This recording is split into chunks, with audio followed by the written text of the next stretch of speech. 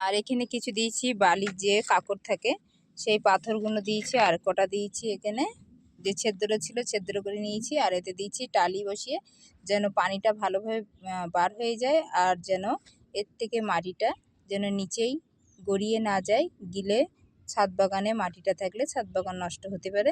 ওই জন্যে কিছু এতে অ্যাড করছি আলুর খোসা। অনলাইনতে লেবু গাছ অর্ডার করেছিলাম, তার সঙ্গে এটাও দিয়েছে ফ্রি, সেটাও কাজে লাগছে। দেখেন এইভাবে এটা বসিয়ে দিচ্ছি। আর কিছু এতে আলুর খোলা প্রচুর এতে পটিং, এই যে আলুর খোলা এতে আছে, কিছু পেঁয়াজের খোলা দিয়ে তার উপরে আরেকটা চাপা দিয়ে দিচ্ছি, দিয়ে মাটিটা প্রস্তুত করে নেব।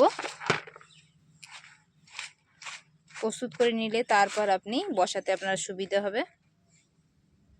দেখেন এতে আর একটু হলুদ অ্যাড করছি।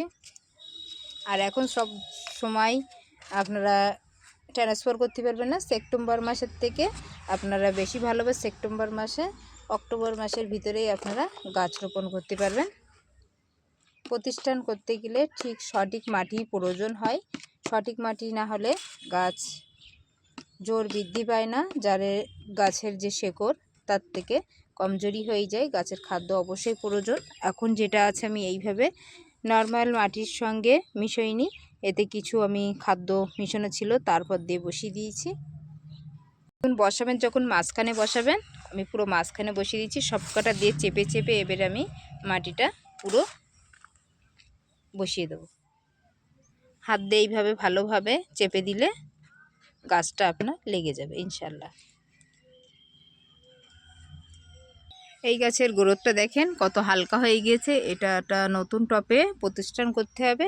আর এদিকে যে আমি কলপ করেছিলাম এটাও নতুন করে বসালে নতুন করে শাখা পাবো। সামনের বছরে আবার আমি এতে আবার পেয়ারা গাছের কলপ বাঁধতে পারবো। তো এইদিকে দেখেন লেবু গাছের, কমলা লেবু গাছের বসানো হয়ে গিয়েছে, লিচু গাছ বসানো হয়ে গেছে, মাটি কিছু প্রস্তুত আছে। আর এই গাছগুলো আবার নতুন লং ভিডিও দেখে নেবেন কিভাবে করব খুব সহজে। ভালো লাগলে অবশ্যই একটা লাইক শেয়ার সাবস্ক্রাইব। ভালো থাকেন, সুস্থ থাকেন, আল্লাহ হাফেজ, টাটা।